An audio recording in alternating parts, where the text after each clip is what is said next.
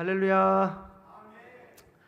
신년 새벽 부흥의 첫째 날 예배에 나오신 여러분을 환영하며 축복합니다. 우리 서로 바라보면서 이렇게 인사 한번 나눴으면 좋겠습니다. 잘 오셨습니다. 한 번만 더 이렇게 인사 나눌까요? 하나님이 은혜 주실 줄 믿습니다. 아멘. 하나님께서 우리에게 예비하신 은혜들을 다 부어주실 줄 믿습니다. 오늘은 여호수아 4장 6절에서 7절 말씀을 통해 기억 위에 세워지는 교회, 기억 위에 세워지는 교회라는 제목으로 말씀 전할 때 은혜 받는 우리 모두가 되시기를 바랍니다. 우리 신년 새벽 부흥회의 대주제는 세대를 잇는 위대한 시작입니다. 우리가 2026년을 우리 한민교회의 설립 60주년으로 지키며 이 60년의 기억들이 그리고 60년의 시간들이 그저 지나간 시간으로 그치지 않고 세대를 새롭게 부흥하고 성장하게 하는 세대를 잇는 한 해가 되기를 바라는 마음으로 우리가 이 표를 정하고 함께 한 해를 시작하였습니다. 그러한 주제 속에 또 우리가 한 해를 또 믿음으로 잘 세워갈 수 있도록, 그리고 정말로 세대를 이어가는 행복한 또 결정적인 한 해가 되어질 수 있도록 온 마음을 다해 기도하며 또 힘있게 달려가는 우리 모두가 되기를 주님의 이름으로 축복합니다. 새해가 시작되면 우리는 새롭게 시작하자라는 말을 자주 합니다. 그래, 올 한 해는 새롭게 한번 해보자, 새롭게 시작하자, 그런 결단들을 아마 다 하셨을 것입니다. 어제의 실패를 덜어내고 새로운 결단으로 다시 시작하자라는 마음, 그 모든 실패를 이기고 새로운 결단으로 새 출발을 하자 하는 마음이 있기 때문에 우리는 다 잊고 새롭게 시작하자, 그런 말들을 합니다. 그러나 성경은 이 새로움이 과거를 지우는 데서 오지 않는다라고 분명히 말합니다. 요즘 세대들은 이 PC를 사용하는 세대들이죠. 뭐가 잘 안 되면 껐다 키면 된다 생각합니다. 게임을 하다가도 자기가 원하는 대로 뭔가 잘 되지 않으면 다 초기화를 시키고 새롭게 시작하는 것이 참 익숙해져 있습니다. 심지어 인간관계도 다 초기화하고 SNS를 다 지우고 전화번호를 바꾸고, 그래서 모든 관계를 초기화하고 새롭게 시작하려는 마음들이 있습니다. 그렇게 지우는 것이 새롭게 시작하는 첫 걸음이다라고 흔히들 생각합니다. 그러나 성경이 말하는 새로움은 언제나 모든 것을 지우고 시작하는 것이 아니라 우리의 기억 속에서 시작되고 기억 속에서 세워지는 새로움이다라고 말씀하고 있습니다. 이스라엘 백성은 요단강을 건너는 엄청난 기적을 경험했습니다. 그들은 마른 땅을 걸어 강을 건넜습니다. 언약궤가 앞서 행하였습니다. 하나님은 약속의 땅으로 들어가는 문을 여셨습니다. 그런데 하나님은 이 감격의 순간을 그냥 흘려보내지 않으셨습니다. 12도를 취하여 기념하라 하셨습니다. 이스라엘 백성들이 430년간의 그 포로 생활을 그치고 이 애굽에서 나왔을 때 하나님께서 그들에게 보여주신 가장 놀라운 기적이 무엇입니까? 홍해를 건너는 것입니다. 그들이 홍해를 건널 때 아무도 그 홍해 앞에서 하나님이 이 홍해를 갈라 여실 것이라고는 상상도 할 수 없었습니다. 그들은 아주 절박한 상황 가운데 처했습니다. 왜요? 앞에는 큰 물이 그 길을 가로막고 뒤에는 애굽의 군대가 칼을 들고 이 병거를 앞세워 그들에게 달려오고 있었습니다. 그 애굽의 군대의 용맹함과 그들의 군사력은 이 이스라엘이 430년 동안 그 포로 생활을 하는 와중에 늘 보던 바였습니다. 그 공포와 두려움은 그들을 완전히 압도했을 것입니다. 그런 그들 앞에 하나님은 홍해를 여는 그들이 상상도 할 수 없었던 기적을 보여주셨습니다. 그리고 그들은 그 홍해를 기쁨으로 건넜고 그들이 지난 후에 쫓아오던 이 애굽의 군대들, 그 군대들은 다 홍해에서 수몰되게 됩니다.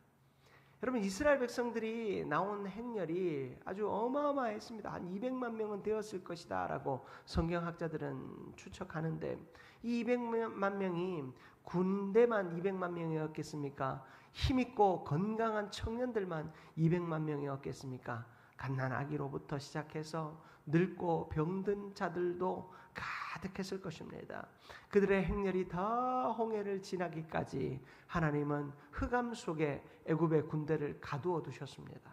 그리고 그들을 다 이스라엘 백성들이 다 지난 후에 그들이 쫓아오게 하셨고, 그 쫓아옴은 이스라엘 군대를 위협하게 함이 아니라 완전한 승리를 보여주시기 위한 회복이었습니다. 그래서 그들은 이제 쫓아가면 되겠구나 하고 홍해로 진입했을 때 하나님은 그 물길을 이제 다시 막으셨습니다. 완전하게 그들을 수몰시킴으로 이스라엘 백성들의 뒤에는 아무도 쫓아오지 않는다라고 하는 완전한 승리를 보여주셨습니다. 여러분, 그런 위대하고 완전한 승리를 경험한 후에 이스라엘 백성들의 태도는 무엇이었습니까? 눈앞에 보이는 그 가나안 땅의 거인들을 바라보며 불순종하고 두려워하였습니다. 하나님을 원망하기 시작했습니다. 가나안 땅에서 하나님이 보여주신 것은 거인들만이 아니었습니다. 장정들이 어깨에 장대를 메어 거기에 지고 와야 할 만큼 아주 크고 풍성한 열매들, 젖과 꿀이 흐르는 그 비옥한 땅을 하나님이 보여주셨습니다. 척박함만을 보여주신 것이 아닙니다. 그들을 위협하고 두렵게 하는 그 악한 자들을, 그 군사들을 보여주신 것만이 아니었습니다. 그런데 그들은 자신들이 보고 싶은 것만 보았습니다. 두려움만 보았습니다. 괴로움만 보았습니다. 어려움만 보았습니다. 아픔만을 보았습니다. 그런 그들에게 하나님이 40년이라고 하는 광야의 시간을 허락하셨어요. 여러분, 그 40년의 광야의 시간, 430년이라고 하는 그 시간에 비하면 아무것도 아닌 시간입니다. 그런데 그 40년의 시간 동안 불순종했던 모든 출애굽 1세대들은 여호수아와 갈렙만을 제외한 모든 이들은, 모세까지도 다 죽었습니다. 40년의 시간들을 하나님이 왜 허락하셨을까요? 40년은 하나님의 행하심을 기억하는 시간입니다. 그런데 그 기억이요, 우리 신앙의 선배들이 다 죽어갔던 시간들을 기억하는 시간일까요? 그들이 고통당하고 괴로웠고 아파하고 힘들었던 시간만을 기억하는 시간일까요?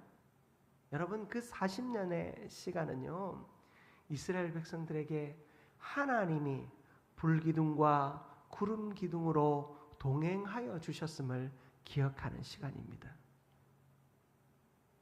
척박한 땅에서 만나를 허락하시고 메추라기를 허락하여 주셔서 굶주리지 않고 그들이 먹고 마실 수 있도록, 그리고 광야의 밤에 차가운 기온과 낮에 뜨거운 그 햇살을 하나님께서 다 막아주시고 한 걸음 한 걸음 철저하게 하나님이 동행하시는 그 시간을 기억하게 하시기 위한 날이었습니다. 광야의 40년을 누군가는 고통의 순간으로 기억하지만 누군가는 철저하게 하나님이 동행하여 주시고 은혜 베풀어 주신 시간으로 기억합니다. 오늘 출애굽 2세대가 다시 가나안 땅 앞에 섰습니다. 그리고 그 가나안 땅 앞에서 하나님은 출애굽 1세대가 경험하였던 그 홍해를 여는 기적을 이스라엘 백성들 앞에 다시 보여주십니다. 요단강이 마르는 기적. 당시의 요단강은 아주 얕은 강이 아니었습니다. 우기였고 그 요단강은 범람하던 시기였습니다. 그 빠르게 흘러가는 그 물, 그렇게 많은 물 앞에서 하나님이 행하신 일들은 무엇입니까? 그 근원에서부터 물이 마르도록 하신 것입니다. 그리고 그 땅이 완전히 마르게 하셨습니다. 이스라엘 백성들이 마른 땅을 건너셨습니다. 축축하고 어중간한 땅이 아닙니다. 완전히 마른 땅을 하나님이 건너게 하셨습니다. 그리고 그 은혜의 시간을 이제 기억하게 하십니다. 12돌을 취하라. 각 지파마다 돌 하나씩을 취하여서 기념비를 세우라 말씀하십니다. 하나님은요, 기적이 사라질 것을 아셨습니다. 그러나 기억은 세대를 살릴 수 있음을 아십니다. 여러분, 우리의 삶에 기적적인 일들이 얼마나 일어납니까? 여러분, 제 인생도 돌아보면 참 기적 같은 일들이 너무나도 많았습니다. 이 세상에 태어난 것에서부터 시작해서 죽을 뻔한 고비. 여러분, 저는요 2번이나 물에 빠져 죽을 뻔했습니다. 한 번은 어릴 때, 한 번은 저희 집사람과 물놀이 하면서. 여러분, 저는 2번이나 물에 빠져 죽을 뻔했지만 하나님이 건져 살리셨어요. 사고를 당해서 머리가 깨어지고 수술을 하면서도 여러분, 그 죽을 고비들을 하나님이 다 넘어가게 하셨어요. 그런데 그 기적의 시간들을 기억하느냐? 잊어버리고 삽니다. 그런데 하나님은요, 그 기적이 사라지고 그 순간들의 감격들은 다 사라지지만 우리가 그 하나님의 동행하심, 내가 이 땅에 태어난 순간부터 지금에 이르기까지 한순간 한순간, 어떤 순간도 하나님이 함께하지 않은 순간이 없음을 기억하게 하심으로 내 삶이 살아나고 또 나와 함께한 모든 이들이 세대를 거듭하며 살아날 수 있음을 하나님은 아십니다. 그래서 하나님은 요단강을 가르는 능력보다 그 은혜를 어떻게 기억하고 전할 것인가를 먼저 가르치시고 계신 것입니다. 오늘 말씀을 통하여 하나님이 우리의 삶을 어떻게 인도하시는지, 어떻게 매 시간 기적으로 인도하시는가가 아니라 하나님이 나에게 주신 은혜를 어떻게 기억하고 전달하며 살아가야 할 것인가를 깨닫게 되는 우리 모두가 되기를 주님의 이름으로 축복합니다. 첫 번째로 살펴볼 것은 하나님은 은혜를 잊지 않도록 교회를 세우십니다. 하나님은 은혜를 잊지 않도록 교회를 세우십니다. 요단강에서 꺼낸 12돌은 기념품이 아닙니다. 하나님은 그 돌을 통해서 질문이 이어지도록 하셨습니다. 6절 말씀을 보십시오. 본문 6절의 말씀을 보시면 이것이 너희 중에 표징이 되리라. 후일에 너희의 자손들이 물어 이르되 이 돌들은 무슨 뜻이냐 하거든. 여러분, 세대를 잇는 교회에는 반드시 질문이 있습니다. 그리고 그 질문 앞에서 어른들은 대답할 수 있어야 합니다. 아빠, 엄마, 하나님이 지난 60년 동안 우리 한민교회를 통해서 어떤 일을 하셨나요? 엄마, 아빠, 어떻게 우리 한민교회가 60주년이 되었나요? 여러분, 이런 질문들 앞에서 우리는 대답할 수 있어요. 하나님께서 이렇게 우리를 인도하여 주셨다고. 우리가 여기까지 온 것이 다 하나님의 은혜였다고. 여러분, 요셉을 기억하실 것입니다. 요셉은요, 자신의 죽음을 앞두고 이상한 유언을 합니다. 내 해골을 이곳에 두지 말고 반드시 메고 가라라고 말합니다. 자신이 죽고 난 후에 하나님이 우리를 인도하여 주실 텐데 그때 나를 내버려 두지 말고 내 해골을 가져다가 하나님이 약속하신 그 땅으로 같이 가져가라고 이야기합니다. 사실 여러분, 요셉의 뼈는 애굽에 있어도 상관없습니다. 아무 문제 없습니다. 어차피 흙으로 돌아갈 것입니다. 그러나 요셉은 약속을 기억하는 증거를 다음 세대에 남기고 싶었습니다. 광야를 지나는 동안 이스라엘 백성은 요셉의 뼈를 함께 가지고 다녔습니다. 40년 동안 이 광야 생활을 하면서 요셉의 뼈를 함께 가지고 다녔습니다. 그리고 그 요셉의 뼈를 보며 무슨 생각을 했겠습니까? 하나님이 우리를 잊지 않으셨다. 요셉을 애굽의 총리로 세우시기 위해서 형제들의 그 질투와 또 그 악한 마음들 앞에서 지키시고 애굽으로 종으로 팔려오게 하셨다가 또 감옥에도 갇히게 하셨다가 결국에는 애굽의 총리가 되게 하셔서 우리 민족, 그때는 그저 한 집안이었잖아요. 그 집안이 애굽으로 와서 430년이 지나는 동안 이렇게 큰 민족, 2만 명이 넘는 큰 민족을 이루게 하셨다라는 그 사실을 요셉의 뼈를 보며 40년의 유리방황하는 그 기간 동안 그들은 그 사실을 잊지 않게 하셨다는 거예요.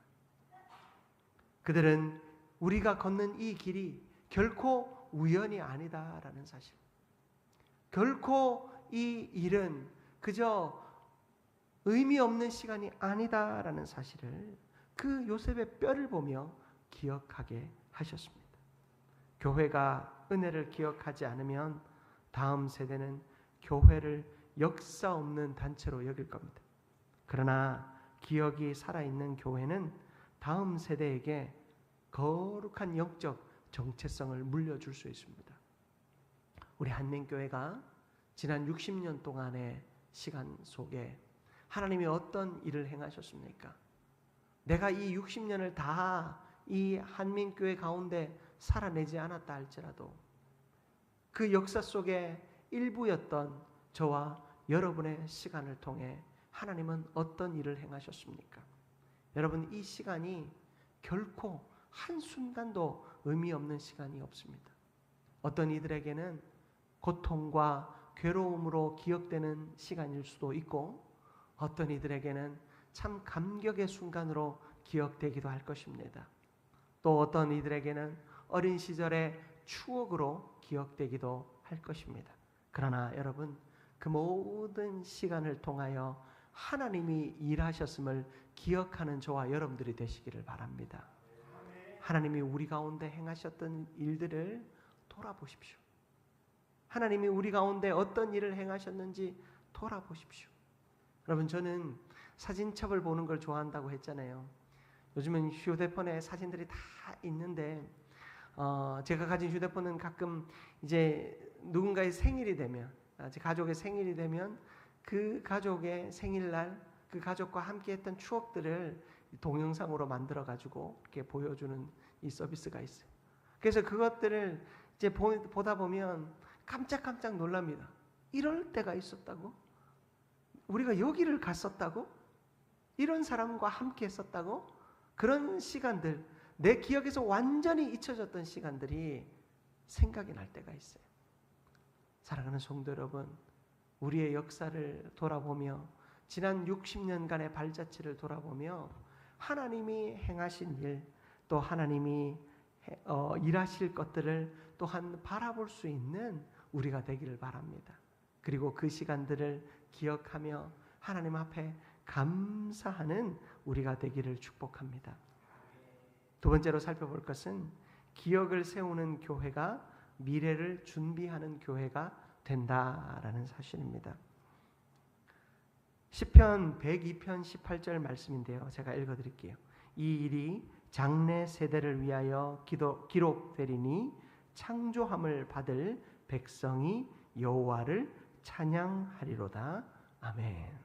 여러분, 하나님이 행하신 모든 일들이 장래를 위하여 기록되는데 어떤 이들을 위하여 기록되는가? 창조함을 받을 백성이 여호와를 찬양하게끔 하기 위하여 이 역사의 기록들이 이루어지고 앞으로 주께서 행하실 일들이 기록되어질 것이다 라는 이야기를 이 시편 기자는 하고 있습니다. 여러분, 하나님이 행하실 일들은 이 땅을 창조하신 천지창조의 그 역사와 비견되는 일입니다. 하나님이 우리와 함께 하시고 우리와 동행하시는 그 모든 일은 천지창조와 비견될 만한 일입니다. 요즘 AI 시대라고 흔히들 이야기하잖아요. AI 시대는 우리가 상상하지도 못했던 것들이 정말로 빠른 시간에 창조되어집니다. 만들어져 갑니다. 우리가 생각하지도 못했던 일들이 너무나도 빠르게 일어납니다. 그 급격한 변화 속에 참 이 시대가 적응하기가 참으로 어렵습니다. 그만큼 놀라운 창조의 역사, 기적의 역사들이 계속해서 우리 가운데 일어납니다. 오늘 본문에 보면 이 12돌을 요단강 속에 묻지 않으시고 하나님은 사람들이 지나다니면서 보게 될 길갈에 이 기념비를 세우셨습니다. 기억은 숨기는 것이 아니라 드러내야 하는 것이기 때문입니다. 교회 안에서 기억, 은혜의 기억이 예배와 말씀과 기도 속에 해석되지 않으면 그 기억은 금세 희미해질 것입니다. 여러분, 일은 사라집니다. 우리가 이 AI 시대 속에 바로 불과 어제 있었던 일도 우리는 잊어버릴 만큼 오늘의 새로움 속에서 살아갑니다. 새로운 것들을 하기도 벅찬 시대를 살아가지요. 그러나 하나님은 지난 날을 기억하기를 원하십니다. 그 지난 날에 사실은 무슨 일이 있었다를 기억하라는 것이 아니라 지난 날에 하나님의 동행하심을 기억하라고 말씀하고 있는 것입니다. 여러분, 지난 날을 기억하는 방법은 단순히 사진첩을 들춰보고 교회의 연역을 들춰보며 기억하는 것이 아닙니다. 지난 날의 기억은 오늘의 말씀과 오늘의 예배를 통하여 기억되어져야 합니다.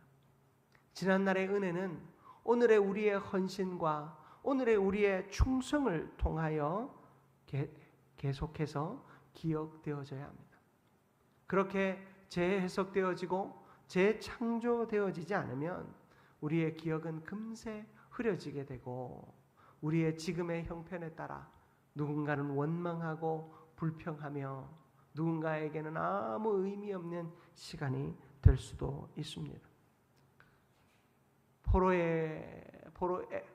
바벨론 포로 생활을 마치고 돌아온 이 이스라엘 백성들에게 느헤미야는 성벽을 재건한 후에 율법을 낭독하도록 했습니다. 그리고 그 낭독한 율법을 설명하여 주는 사경회의의 시간을 갖게 됩니다. 백성들이 말씀을 듣고 깨닫고 울고 회개하기 시작합니다. 그들의 기억 속에서 완전히 잊혀졌던 하나님의 말씀들을 듣고 그 말씀 앞에서 우리에게 하나님께서 저 지난 포로의 시간들이 어떤 의미였는가, 그 포로의 시간들이 우리의 삶 속에 어떤 능력을 나타내고 있었는가, 그 시간이 우리가 괴롭고 힘들기만 한 시간인 줄 알았는데 그 시간이 하나님의 동행의 시간이었구나라는 사실을 그들은 비로소 기억하게 됩니다. 여러분, 느헤미야서는 성벽을 재건하는 이야기가 담겨져 있는 책입니다. 그런데요, 그 느헤미야서에서 우리에게 알려주는 것이 무엇인 줄 아십니까? 성벽이 무너지는 것보다 무서운 것은 은혜의 기억이 무너지는 것입니다. 여러분, 은혜의 기억이 우리의 삶에서 붕괴되어지면 우리 인생은 바르게 설 수 없습니다. 말씀이 잊혀지면 아무리 견고한 구조도, 아무리 견고한 시스템도 다음 세대를 지켜주지 못합니다. 여러분, 우리는 말씀을 통해 2026년 우리가 이 말씀을 통해 지난 60년을 기억할 수 있는 한 해가 되기를 바랍니다. 말씀을 통해서 하나님이 이렇게 행하셨지. 여러분, 말씀의 눈으로 바라보지 않으면 우리의 지난 시간이 원망과 불평밖에 없습니다. 지난 시간 동안 선배들은 뭐 했지? 왜 우리를 이것밖에 되지 못하게 했지? 그런 생각들을 할 수밖에 없습니다. 그러나 여러분, 말씀 속에서 지난 날을 바라보면 그 모든 시간이 은혜인 줄 믿습니다. 여러분, 우리를 여기까지 있게 하신 것은 하나님의 인도하심입니다. 집도 절도 없어도 여러분, 이스라엘 백성들은 광야에서 40년 동안 하나님께서 주시는 평안을 누렸습니다. 아무것도 없는 것 같았지만 하나님은 일용할 것들을 늘 채워주셨습니다. 하나님의 동행하심을 구름 기둥과 불 기둥을 통해 보고 있다면 그들은 결코 무너질 수 없었습니다. 오늘도 마찬가지입니다. 불 기둥과 구름 기둥은 하나님의 말씀입니다. 말씀이 우리의 삶을 인도하시는 대로 우리는 순종합니다. 말씀이 가라 하시면 가고, 말씀이 서라 하시면 섭니다. 말씀이 행하라 하시면 하고, 말씀이 멈추라 하시면 멈추는 삶. 그것이 우리의 삶이 되어야 하고, 그것이 우리 한민교회가 되어야 할 줄 믿습니다. 기억이 사라지면 교회는 무너집니다. 기억이 사라지면 우리의 신앙은 붕괴됩니다. 그러나 말씀을 통하여 기억되는 하나님의 은혜가 우리를 인도한다면 우리는 결코 넘어지지 않을 줄 믿습니다. 말씀을 기억하시기를 바랍니다. 최근에 서울의 한 교회에 원로 목사님이 교회를 아들을 위해 교회를 개척하시겠다 하는 그 이야기로 참 시끄럽습니다. 아마 인터넷이나 기사를 검색해 보시면 크게 나옵니다. 참 이 시대를 말씀으로 지도하시던 목사님이셨고, 이 시대를 정말로 이 말씀으로 풍성하게 하셨던 목사님인데, 그 마지막의 시간들을 참 힘겹고 어렵게 보내는 장면들을 지금 봅니다. 그 내막이 어떤지 우리는 사실은 알 수 없지만 한 가지 분명한 것이 있습니다. 그 목사님도 그 교회도 지난 시간에 말씀의 은혜들을 잊어버리고 있지 않나 저는 생각이 됩니다. 말씀으로 흥황한 교회, 그 교회는 이름만 들어도 아는 교회, 신학생들, 목회자들은 이름만 들어도 아는 교회, 그 교회에서 선포되어지는 말씀과 그 목사님의 말씀은 모든 이들에게 귀감이 되고, 그 책들은 신학생들이라면 한 번도 읽지 않은 자가 없을 정도의 그런 글들입니다. 그러나 그 은혜들을 그 교회에 부으셨고 그 목사님에게 부으셨는데, 그 부으셨던 말씀이 그저 기억이 되는 순간, 그저 추억이 되는 순간, 한 사람의 오래된 저작물이 되는 순간, 여러분, 그 은혜는 그 교회를 붕괴시키고 그 시간은 그 목회자의 인생을 붕괴시킵니다. 사랑하는 성도 여러분, 우리의 삶에 하나님의 말씀의 은혜가 붕괴되어지지 않도록, 올해 2026년은 지난 60년을 돌아보며 우리의 삶이 말씀으로 재해석되어지고 재창조되어지는 은혜의 시간이 될 수 있기를 축복합니다. 그렇게 다음 세대를 세워가십시다. 그렇게 교회를 세워가십시다.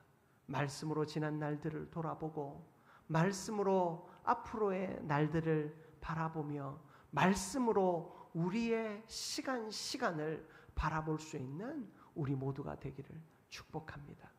말씀을 마무리하기 원합니다. 사랑하는 성도 여러분, 은혜의 기억이 붕괴되면 우리는 한순간도 나아갈 수 없습니다. 하나님은 요단 강에서 건져 올린 그 돌들로 길갈에 기념비를 세우셨습니다. 그리고 그 기념비를 통하여 다음 세대들이 물을 때마다 하나님이 은혜로 우리를 인도하셨다라는 사실을 고백하게끔 하셨습니다. 그리고 그 돌들이 이스라엘의 영원한 기념비가 되게 하셨습니다. 60년의 역사를 가진 우리 한민교회가 한국교회의 그런 기념비가 될 수 있기를 축복합니다. 그리고 우리의 신앙의 선배들이 살아온 지난 60년간의 그 믿음의 발자취가 우리 사랑하는 다음 세대들에게 기념비가 되어질 수 있기를 바랍니다. 2026년 올 한 해가 우리 모두에게 잊혀지지 않는 은혜의 시간이 될 수 있기를 축복합니다. 그렇게 우리 교회 공동체를 또 우리의 신앙의 삶을 건강하게 세우는 우리 모두가 되기를 주님의 이름으로 축복합니다.